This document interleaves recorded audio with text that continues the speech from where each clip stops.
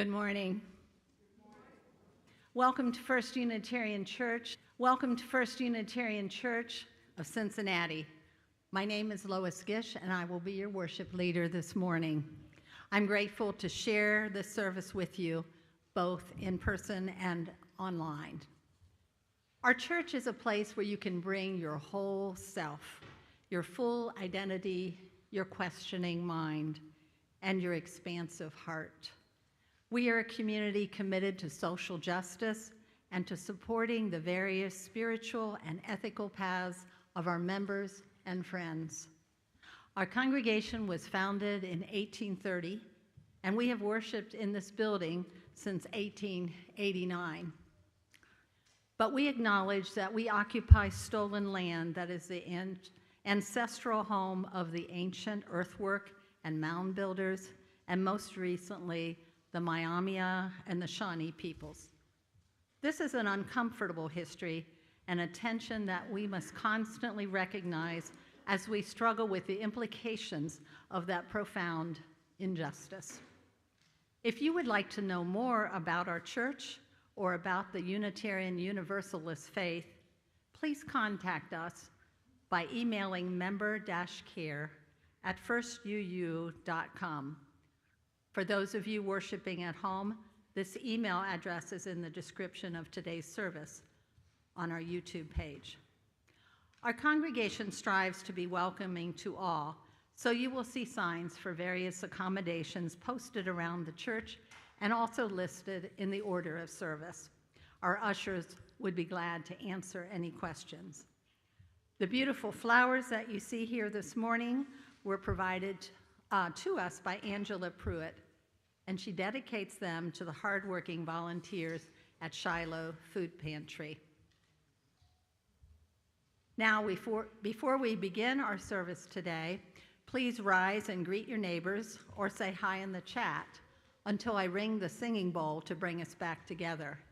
First, though, let's wave to the people watching from home.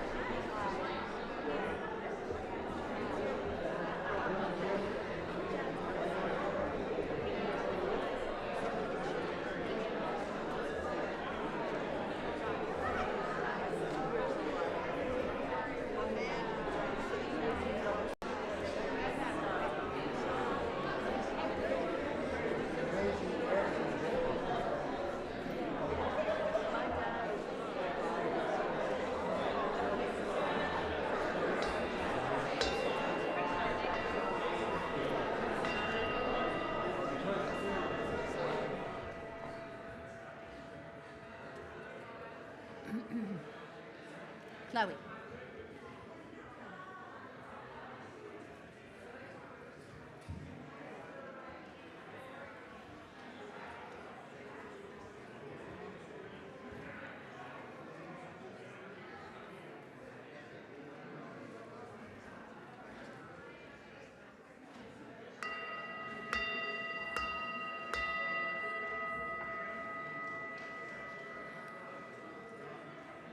Okay, folks, we know we love each other.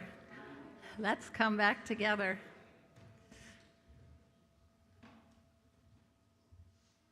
As Chloe lights the chalice this morning, let us remember the words of Rebecca Parker. There is a love holding me. There is a love holding you. There is a love holding all. By the light of our chalice, Together, let us rest in this love and worship together.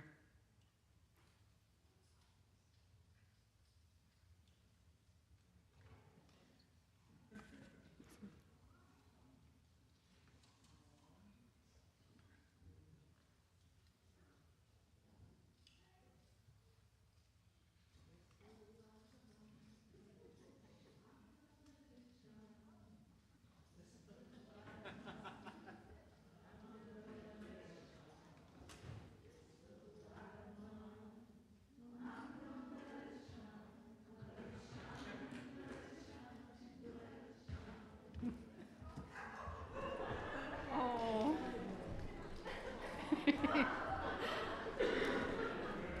I'm not sure if there's symbolism in that or not, but I think it takes a village.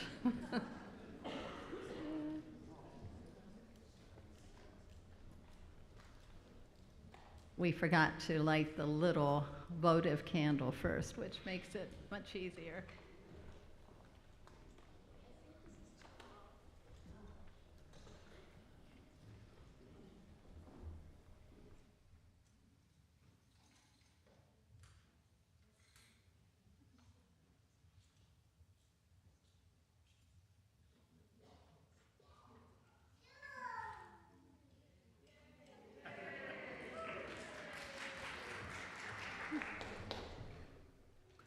Now please rise in body and spirit, and we're going to sing together, Gathered Here. This is hymnal number 389. We're going to do this as a round, but let's sing it all together one time. And then we will have the men from the choir lead group one, which is going to be the jury box and halfway down this western section. The right, as I look at it, the right. Then with the middle section halfway to the middle, halfway this section over here, the east or the left to my left. And that will be the altos of the choir, and to the far left will be the jury box, and you will be number 3. So we'll sing it through once, then group 1 over here will sing the beginning, and at the asterisk, the first asterisk, the second group will come in at the beginning, and at the third asterisk, the third group will come in. And there should be a slide of it's up that gives the words.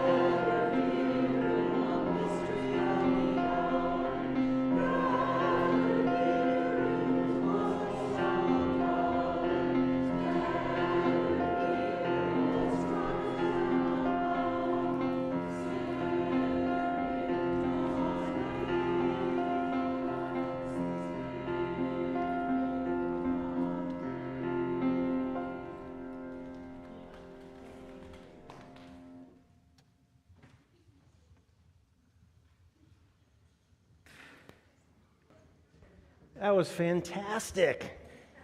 You all are with it this morning, maybe more than me. I may be leaning on you all a little bit this morning. So last week, Meredith did this great message for all ages about Hosea Ballou. And it was really, in a word or two about Hosea Ballou's father saying to Hosea, who you may remember liked to get muddy, I'm going to love you no matter how muddy you get, Hosea. And when she said that, it reminded me of my favorite story, No Matter What.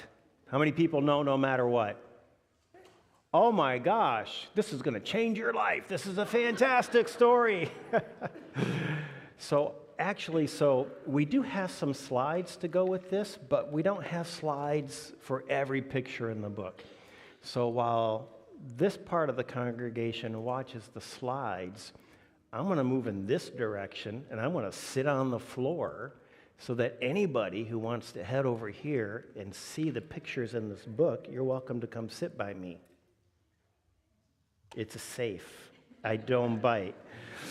Come on, hang out. You want to see some pictures while I read this book? You got to see this book. All right. This book is entitled No Matter What by a woman named Debbie Gliori. You see that? All right.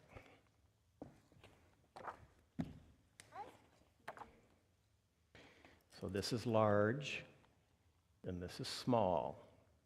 So named because large is large, and small is small. Small was feeling grim and grumpy. You ever feel grim and grumpy? You do. I do sometimes too. Yeah, who doesn't feel grim and grumpy? Nobody raise your hand. Everybody feels grim and grumpy. So Small was having a bad day, obviously. And Large said, "Good grief, what is the matter?" Can you see? You can see the pictures up there? Okay. And Small said, "I'm grim and grumpy, and I don't think you love me at all." Do you ever have days where you feel pretty unlovable sometimes? Yes, I have. I do too sometimes. I'm having a bad day or I'm just feeling grim and grumpy. Sometimes I don't feel so lovable. But Large says, "Oh, Small, grumpy or not, I'll always love you no matter what." Pretty cool, huh? And then Small, this is where we don't have the right pictures for up here. So all of you use your imaginations, think of a grizzly bear. If I were a grumpy grizzly bear, would you still love me? Would you still care? "Of course," said Large, "bear or not, I'll always love you, no matter what." No matter what. So Small's thinking, I can think of something that will make Large not love me. So Small says, "If I turned into a squishy bug, would you still love me and give me a hug?" These cool pictures. I like these pictures.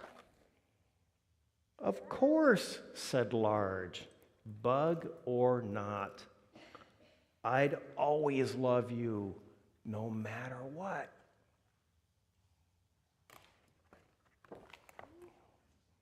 "No matter what," said Small with a smile. "What if I were a crocodile?" It's kind of hard to love a crocodile. They're pretty full of teeth, you know. Could you love a crocodile? Sure. Yeah? Awesome. You can like them. "I'd still hold you close and snug and tight and tuck you up in bed each night." That's how you love a crocodile. That's how you love a crocodile.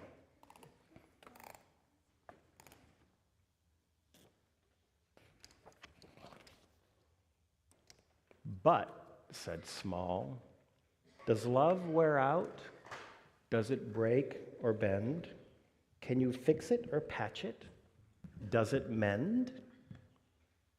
And Large says, with time together, a smile and a kiss, love can be mended with things like this. Did you ever have arguments with anybody? And after you have arguments with somebody, do you make up? Yeah. So we have arguments, we have bad days, but we can always make up. We can always become friends again. But what about when you're far away? Small says to Large. Does your love go with you or does it stay? That's a good question. And Large says, look up at the stars. They're far, far away, but their light reaches us at the end of each day. It's like that with love. We may be close, we may be far, but our love still surrounds us wherever we are. That's the end of the book. I love this story. Why do I love this story? Why do you think I love this story? Why do you think? Because it inspires you. Because it's what? Inspires you. Because it bothers me? Oh, inspires me. It does inspire me because it's a book about love. You got it, Henry. You got it, Henry. Amen, brother. To love each other. To love each other no matter what. You got it. So, not only is this a cool book, it's a great rule to live by. We are to love each other no matter what. So you think about that as you go about the rest of your day. And when you go home, have some conversations with people you spend the day with. All right, you all, thank you for listening. You may go to your Sunday school class. We'll have the children's recessional.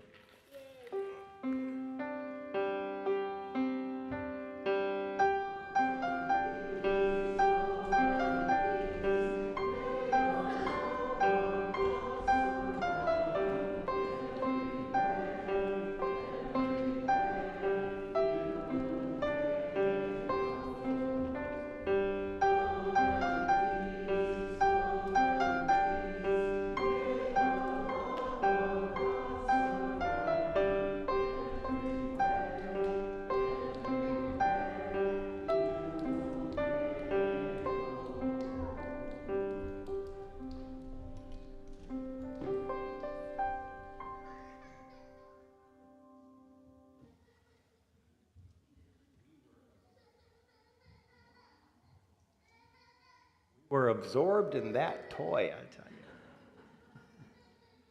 Which is a wonderful thing because, you know, one of the most important tasks in life is the ability to pay attention to what you want to the point of absorption, so you're truly present in the moment. And then life comes along and pulls you out of the moment.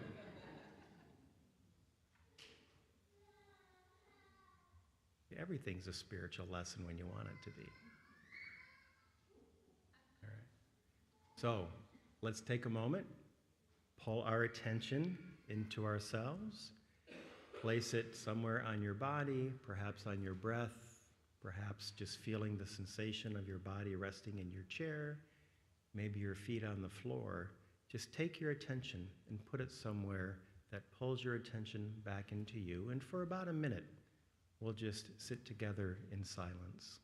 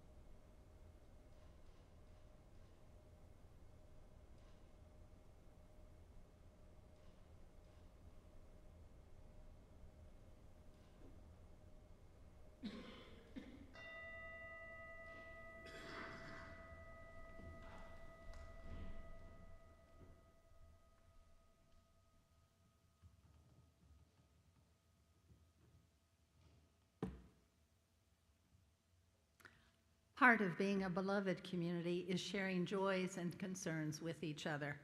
If you would like to share something with the congregation, please complete the form on the back of your order of service.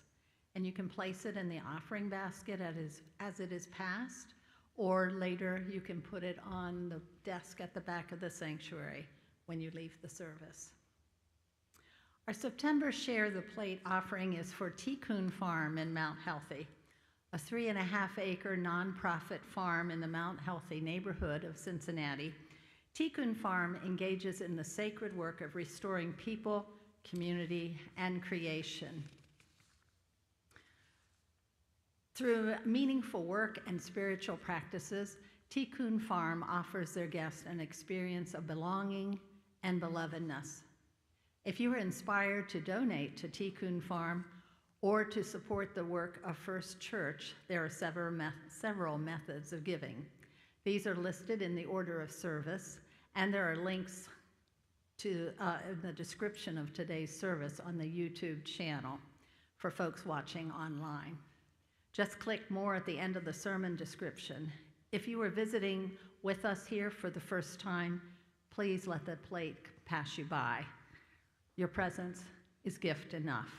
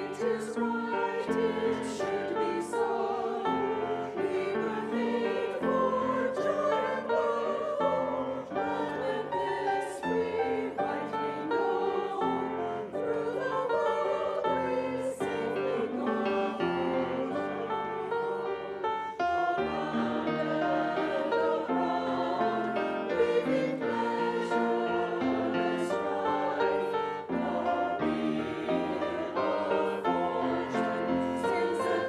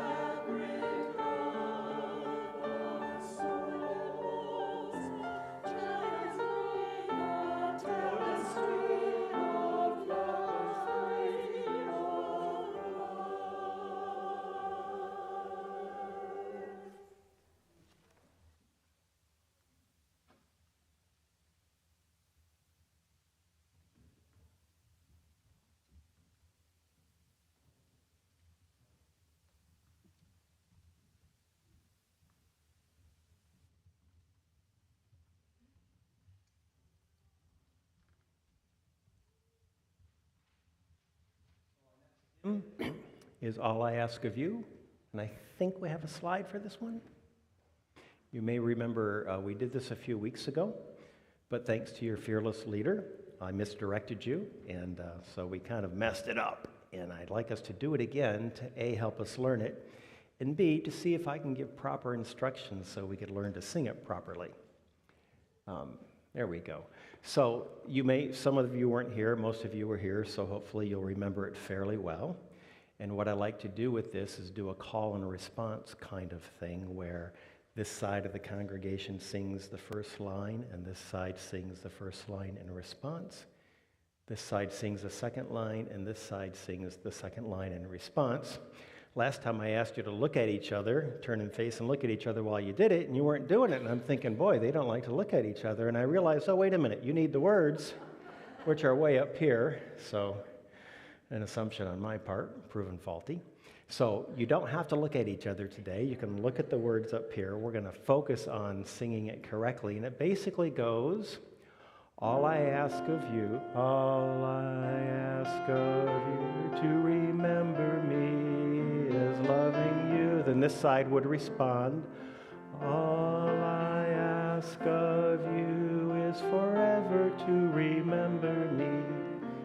Then this side sings, Ishka la ma'bud lila. Stop. Ishka la ma'bud lila. You got it. So let's stand and let's do this 4 times. Ask of you is forever to remember me as loving you.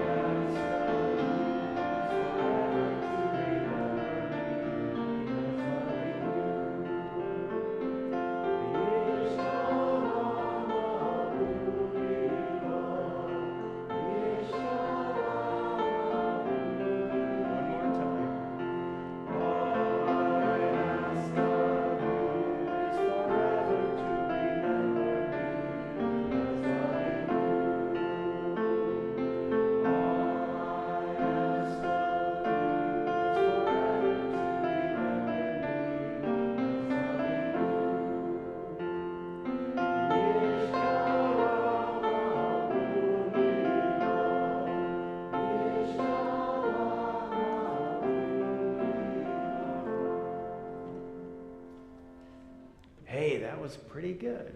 That was pretty darn good. Thank you. And if you weren't here that particular day, Ishq Allah is Arabic for God is love, and Mabud Lillah means God is the beloved, which paraphrased roughly means God is love, and God is our beloved, or the object of our devotion.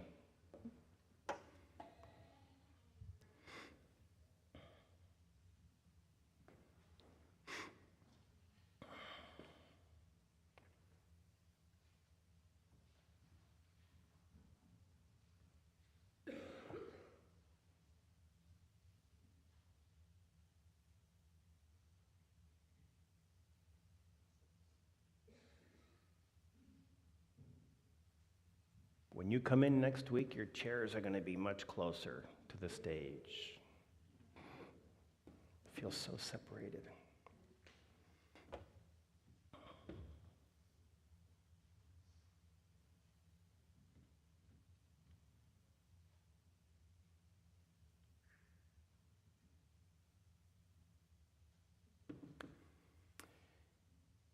I love Alice in Wonderland. It is an exquisitely wonderful book because it is exquisitely logical. And I love the way the exquisite logic of that book makes it seem nonsensical to people, because it highlights how illogical our thinking really is. Here's a sample. It's a hot day, and I think the king's servant says to the king, "Would you like a hay sandwich?" And the king says, "There's nothing like a hay sandwich on a hot summer day." And Alice says, if I'm remembering correctly, "Why would you want a hay sandwich on a hot summer day?" And the king says, very logically, "I didn't say I want one. I said there's just nothing like a hay sandwich on a hot summer day." The book is full of this kind of exquisite logical stuff. And if you read it for the first time or you reread it with that in mind, you will understand why Lewis Carroll was a genius. But it's also a book full of imagination, which is another reason I love it, almost as much as the logic, but the imagination is wonderful. Do you know the Jabberwocky poem? How far can you take that poem? "'Twas brillig, and the slithy toes did gyre and gimble in the wabe. All mimsy were the borough groves, and the mome raths outgrabe. Beware the Jabberwock, my son, the jaws that bite, the claws that catch. Beware the Jubjub bird, and from the humeous Bandersnatch." So he took his vorpal sword in hand, and long time the maxome foe he sought. So rested he by the tumtum tree, and stood a while in thought. Exquisitely imaginative poem full of nonsensical words. So as much as I like logic, I like imagination. Do you know Kubla Khan? Anybody know how Kubla Khan begins? It's not hard, but I can never remember it for some reason, so I wrote this one down. "In Xanadu did Kubla Khan a stately pleasure dome decree, where Alf, the sacred river, ran through caravans measureless to man, down to a sunless sea." Coleridge wrote that after waking up from an opium-inspired dream state, but nevertheless very imaginative. How about this one? "In the beginning, God created the heavens and the earth.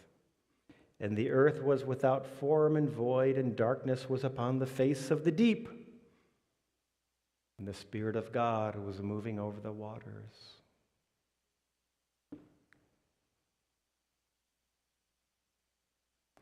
The imagination spins wondrous tales.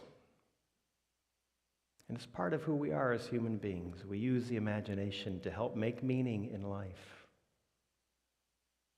Here's an interesting footnote, by the way, for those of you who want a theological moment this morning.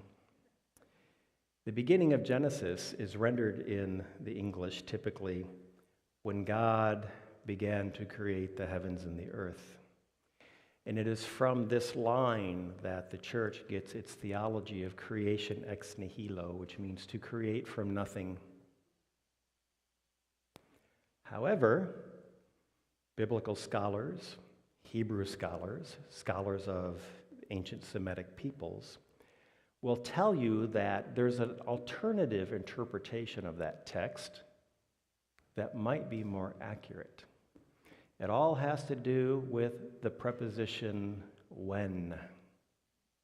And in Hebrew, you can collapse the preposition into the next word, and so you get this conjunction, and it changes the meaning of the preposition. And if you do that in the Hebrew, the alternative way is to read, when God began to create the heavens and the earth was without form and void. This gives you a very sense of creation, a very different sense of creation. It's almost as though God was strolling through the universe one day, and here was this formless void mass, and he saw it and began to create from it. And actually, that's probably the more accurate interpretation of the beginning of Genesis. If you read the Tanakh, which is the Hebrew version of the 5 main books of the quote-unquote Old Testament or Jewish Bible, that's how it interprets the beginning of Genesis.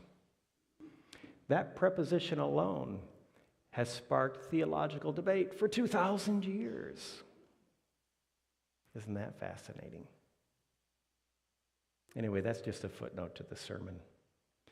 The point about it is, it too is imagination. And so much of where we find meaning in life depends on where our imaginations take us in life. So imagination has an awful lot to do with meaning making. So where am I going with this?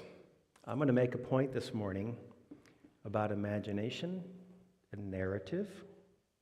And it may not be obvious today, but hopefully it will be very obvious next week that this is the beginning of a 3-part sermon series in which I'm actually talking about race relations. It's a slow roll to a conversation about race. And I think by the middle of next week, you'll understand why I ground my thinking about racial relations in narrative.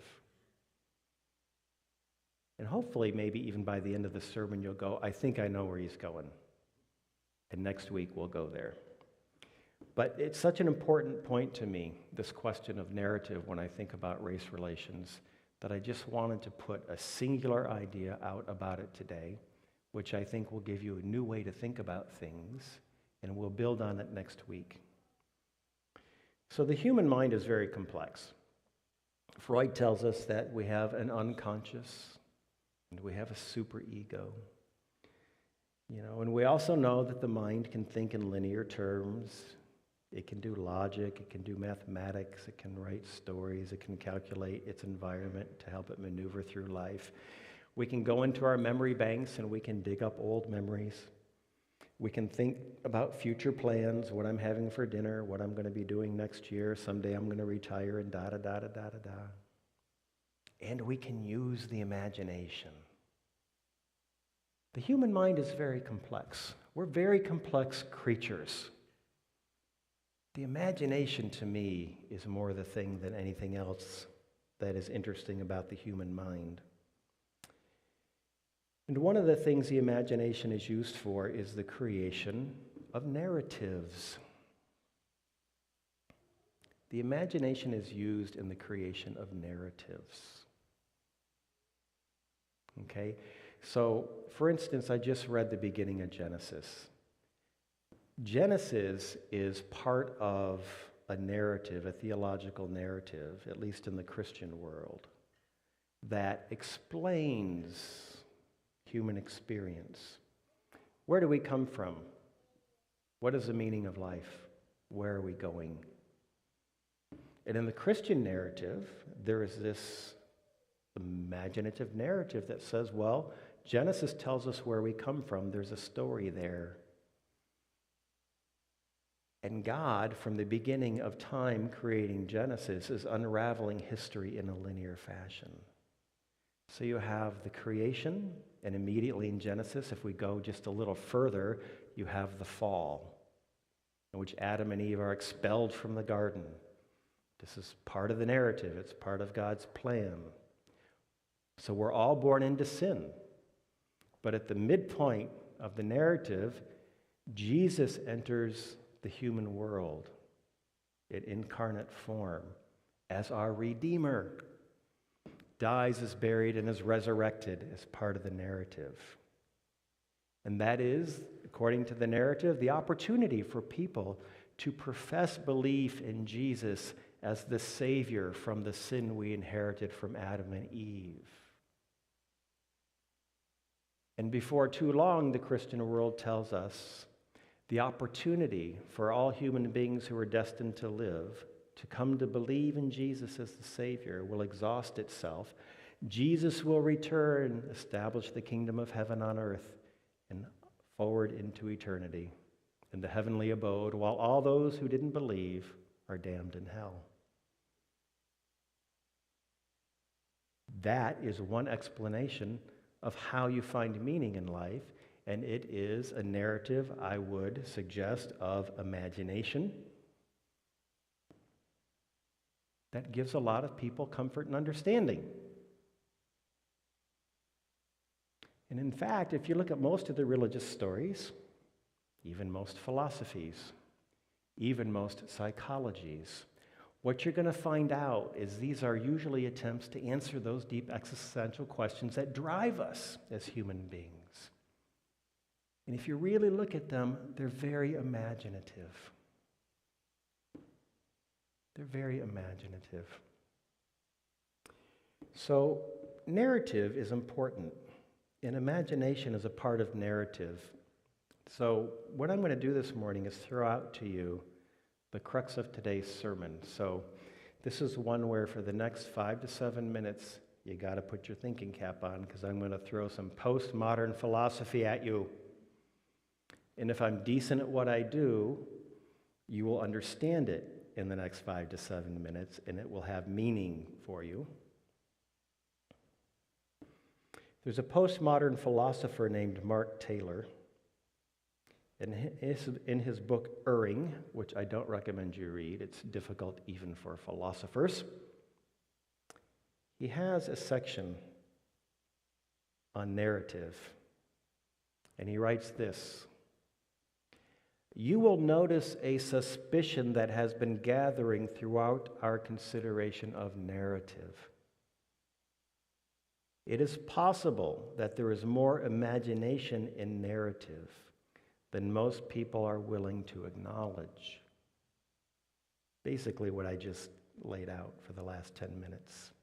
But he goes on, "Narrative is the work of creative imagination. Consider the historian, for example.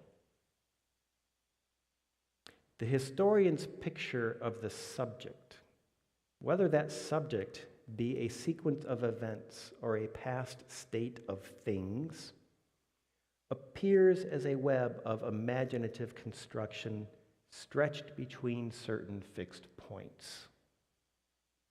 And when it comes to history, the fixed points are the arbitrarily chosen data points of history that the historian chooses to tell you are important.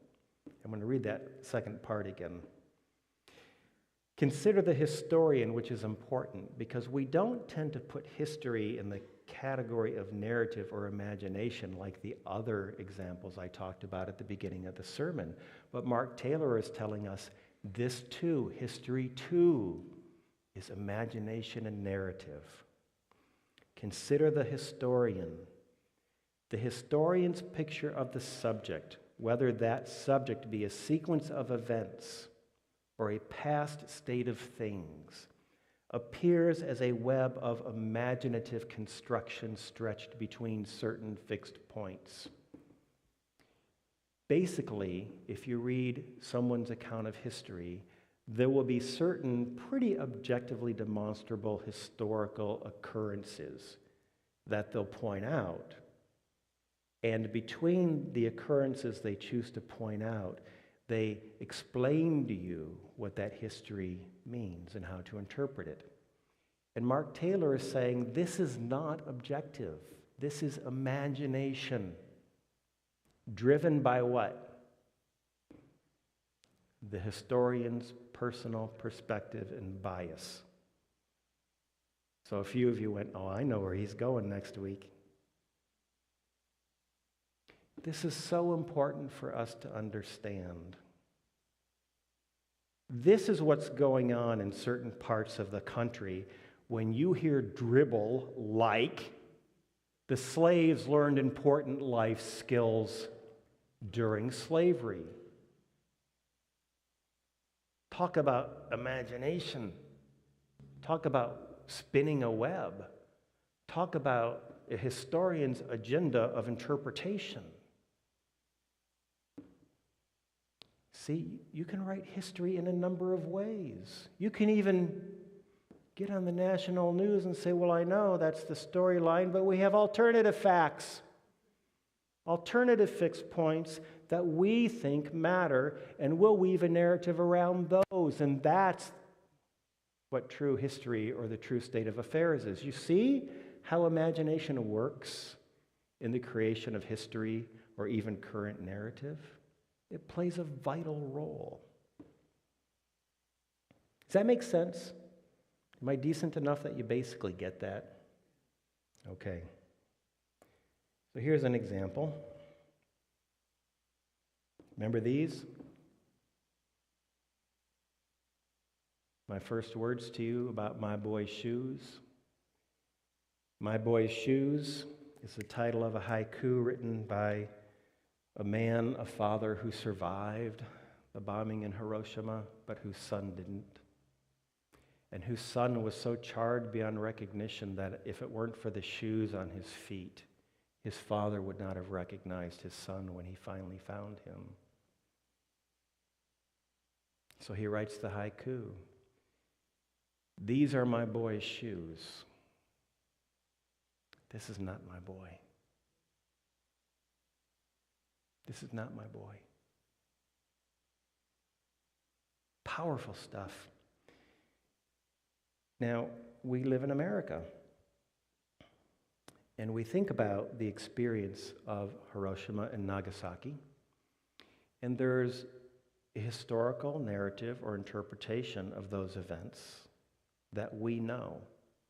And most Americans find these events horrific. And there are all sorts of conversations about why in the world did we do this? Why did Truman drop the bombs? And some people say to end the war, to spare the lives of Americans. And some people say because the Russians were entering the war and we didn't want to divide up the spoils of the war to the Russians, so we wanted to end it quick so we could control the post-war process. Or to demonstrate to the Russians, we now have a nuclear bomb, watch out. There are all sorts of iterations in the American historical narrative about Hiroshima and Nagasaki that we're relatively familiar with. Well, what I didn't talk about in that first story I shared with you about My Boy's Shoes, when I found that haiku, down in the basement of the Harvard Divinity School library, shelving books, meaning getting paid to read books, I found that haiku, but in the same book, there were Japanese historians who were giving their accounts of Hiroshima and Nagasaki. And I was stunned to run across a certain Japanese historian who said, and I'm not advocating this, but a Japanese historian said, and apparently this isn't totally uncommon, God led the United States to drop the atom bomb to spare Japan. And when I first read that, I thought, what? Who would have the audacity to say something like that? And what Japanese person would have the audacity to say something like that? But I read on. And he said, at the time, the war on the Pacific Rim, taking place at the same time as the war in Europe, had killed as many people as the war in Europe. And most Americans don't know that. As many people died during the World War II era fighting in the Pacific Rim, which is part of the war we almost never think of, as died in the European theater. And this was attributable to the fact that the emperor of Japan operated by the samurai code. And the samurai code dictated surrender is never an option. And if you read the history of that war, you'll realize that Japan had suffered incredible devastation at the hands of the Americans and our allies, and they never surrendered. And this historian argued his narrative through his own lens, his own imaginational, constructive interpretation of those events, argued that had those bombs not dropped, the emperor never would have given up and Japan would have been ruined as a nation. Well, that's an interesting narrative. Now, again, I'm not arguing for that one, and I'm not arguing for the American one. What I'm pointing out is those are historical narratives about the same fixed points in history, interpreted through the imaginative lens of different historians, and look how different the account is. What a profoundly different account. So Taylor's onto something very, very important when he connects for us narrative and imagination. He's telling us, be highly suspect of all narrative, because all narrative has as an integral part of it imaginative construction.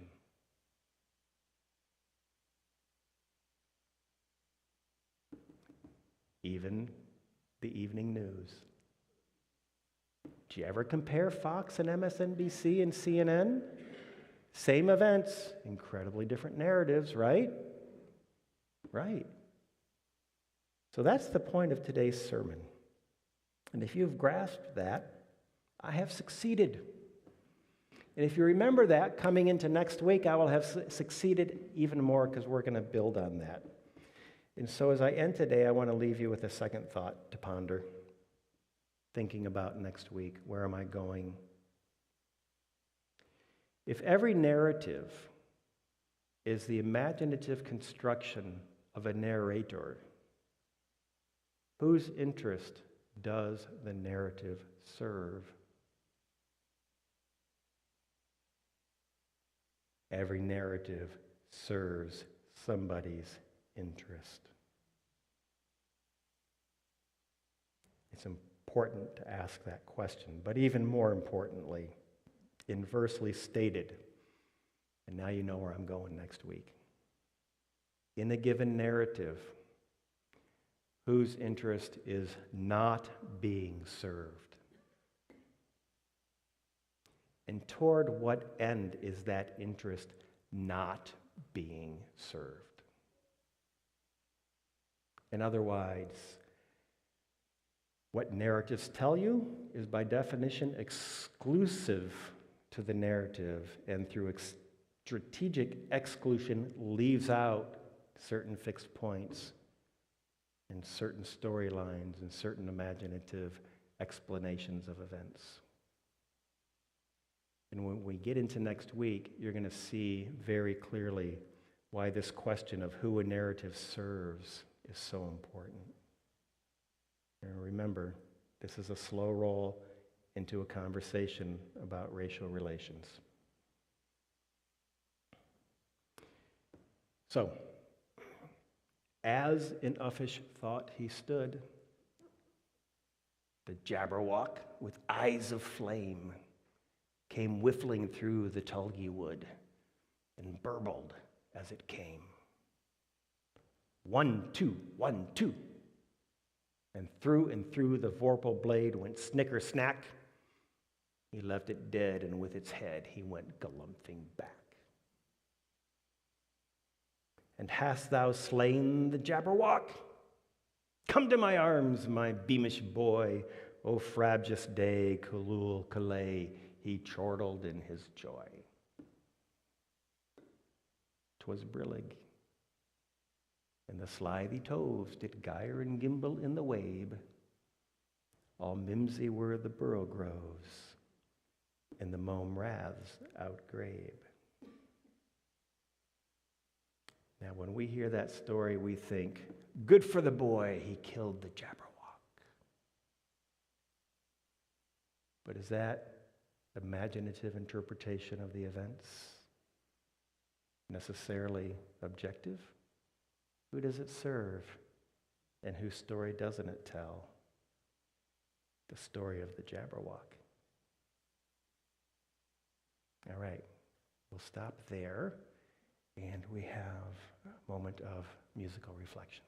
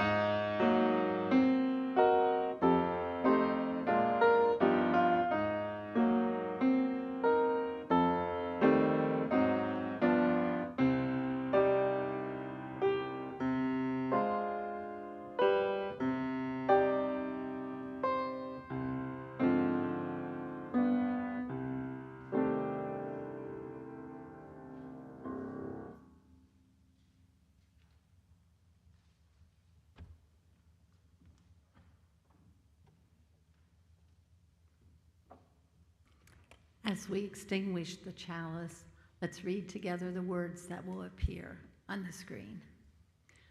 We extinguish this flame, but not the light of truth, the warmth of community, or the fire of commitment that we carry in our hearts until we are together again.